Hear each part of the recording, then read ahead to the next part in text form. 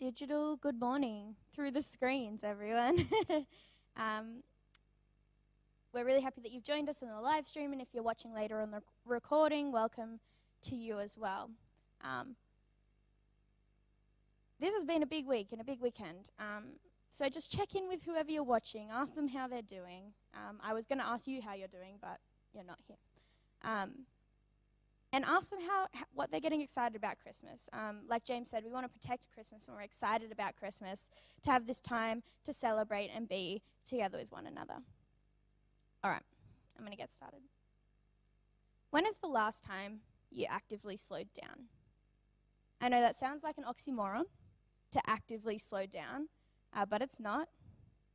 Now, I'm not talking about when you were forced to slow down because of government mandates and lockdowns. When is the last time you actively made the choice to slow down? If you're watching with other people or on the recording, share for a minute with the people you're watching with just about the last time you actively slowed down.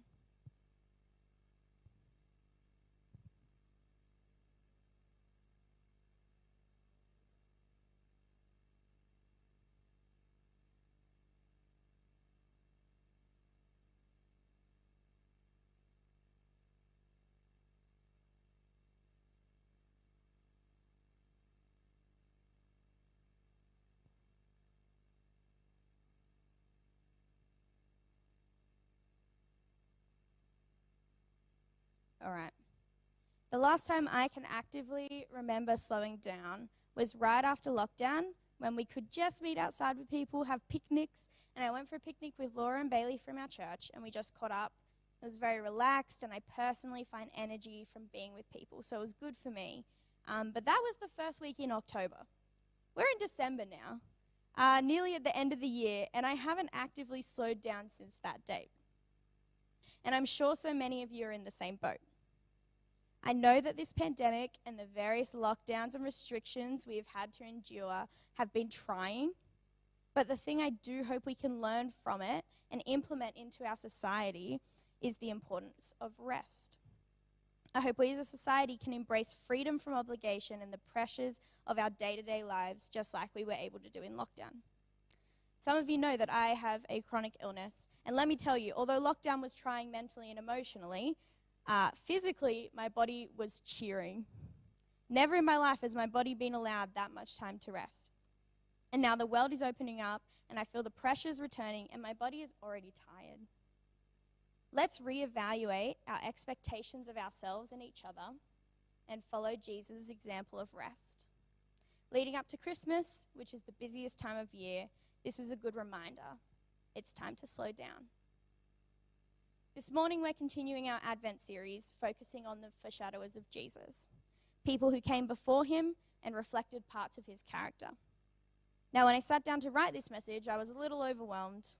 The person I'm speaking about is Samuel, who, as you may know, is featured heavily across the Old Testament. There is a lot about him in the Bible, and I had no idea where to start, and as is normal in my life, everything was a bit chaotic and overwhelming. God used my brother this week to speak to me. We were sitting in his car having a deep conversation, and he talked to me about who Samuel was, and one of the things he said was that Samuel slows down. And from that comment, God's Spirit spoke. So today we're talking about slowing down and the theology surrounding that. Let's start by quickly looking at Samuel's character and who he is. His story begins with his mother, who is desperate to have a child. She makes a promise to God that her child will be his, and when she miraculously becomes pregnant, she gives Samuel to serve the Lord. She begins by slowing down. She shows incredible patience, love, and obedience to God. And Samuel heads down the same path. Samuel is given the responsibility to anoint the new kings. It's one of the biggest things that he gets to do, Saul and David. When it comes to choosing David, Samuel sees all his brothers lined up, and he sees the oldest, most handsome one, and thinks, surely he is to be king. And in that moment, Samuel slows down to hear from God and listens to the voice who tells him the exact opposite of that David, the small shepherd boy, is to be king. Samuel repeatedly listens to God, He is patient in the way he responds and obedient in love and service of God. Samuel slows down when he first hears God's voice as a young man in the temple. He slows down to hear God's calling over his life. He slows down when he judges, and he slows down before delivering prophecy. Our world is so full and so busy. How often do we actually slow down? Over the past few years, I have noticed people's mental health needs have become so much bigger. Anxiety in particular is so prevalent in our world, particularly at the moment. Not only are we busy and full, but when we experience anxiety, we go into adrenaline. In my experience, it can make your heart beat faster, your breathing quickens, your mind races, and it can be really hard to catch your thoughts. I know these feelings well, and they can be unsettling. But slowing down is so important in this process too. When we are able to slow down, to remove ourselves from the stresses and perceived threats, we can become more focused and more in control of our feelings. God and Jesus model slowing down to us. In the beginning, God creates the world, and then he rests. Jesus excuses himself from the crowds again and again to pray. In the quiet moments, we can hear God's voice clearer. When we remove ourselves from the sounds and the voices of the world, which can be really loud, God's voice can become louder. This week, I was reading an article called Rhythms of Work and Rest, which had an impact on how I interpret some passages in the Bible where Jesus takes rest. It talks about how Jesus clearly demonstrates his understanding of how quickly our beautiful passion and intention in ministry can wear us out if we aren't practicing healthy habits and rhythms. In Mark 6, Jesus calls the disciples to his good kingdom work. He empowers them and asks them to preach, to share God's word, to heal the sick, to do his good mission. Immediately when they return, he instructs them to follow him and engage in rest. He helped the disciples to create healthy rhythms that would sustain their ministry long term, and he offers that same guidance to us. How much of an impact can we have when we are burnt out or exhausted or not finding joy in our ministry anymore? I think in our world we have been taught that we need to be busy to add value to our society. And that's not true. God actively speaks against that. He demonstrates rest to us for a reason. He knows our capacity limits as human beings. There have been many studies done to see how rest affects productivity and capability. Studies have found that a lack of sleep or adequate rest results in significant impairments in problem solving, memory capacity, and creativity. A study was done in America that found that 23 to 45% of Americans lose more than 2 full weeks of productivity a year due to lack of rest. Our need to rest is one of the things that makes us human. It's one of the things that God uses for his glory.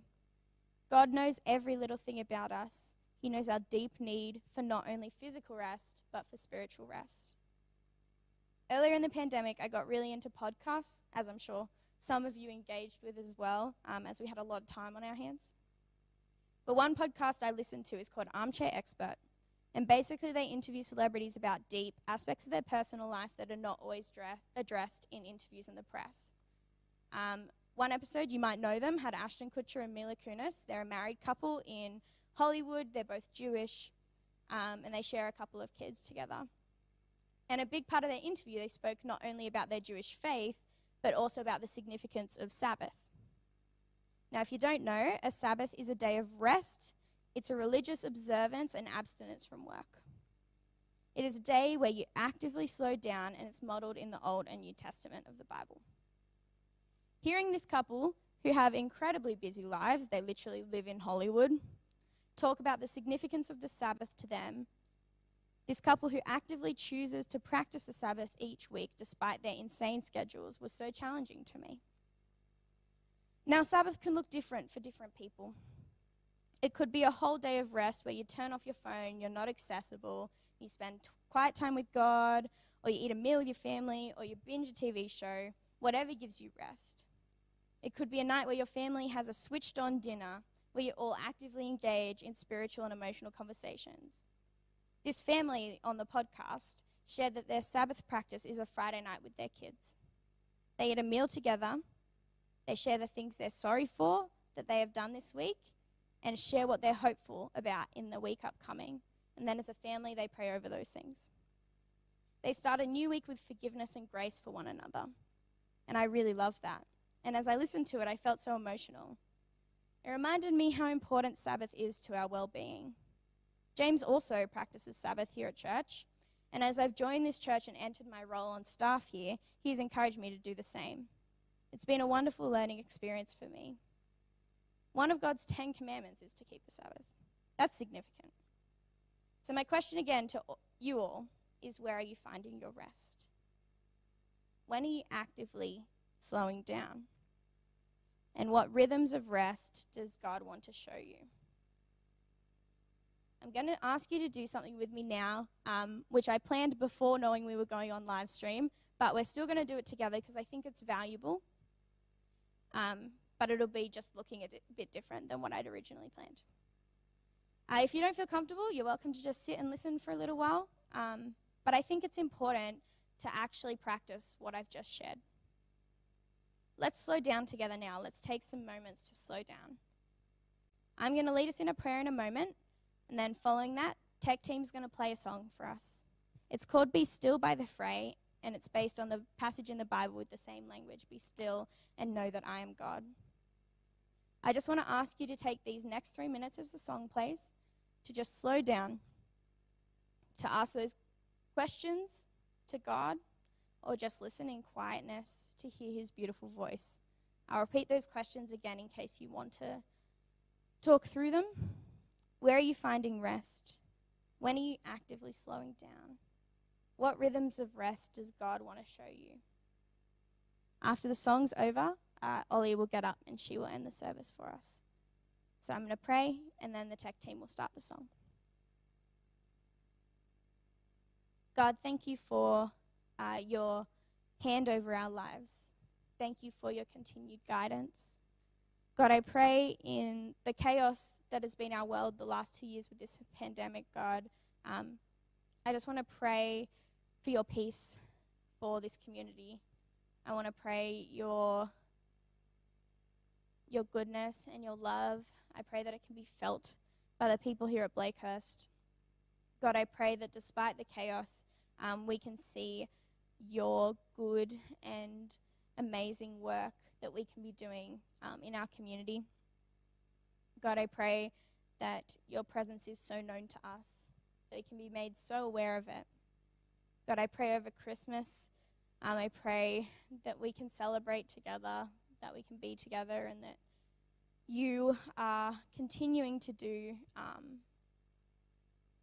good community building, God, that we can continue to encounter you next week as we celebrate your birth. God, I thank you that you're a God who desires for us to be healthy. I thank you that you want us to live our best lives, and I thank you that you have taught us rest to help with that you have shown us how to rest well, and I pray that you can help us in the challenge to rest better. God, I pray all these things in your name. Amen.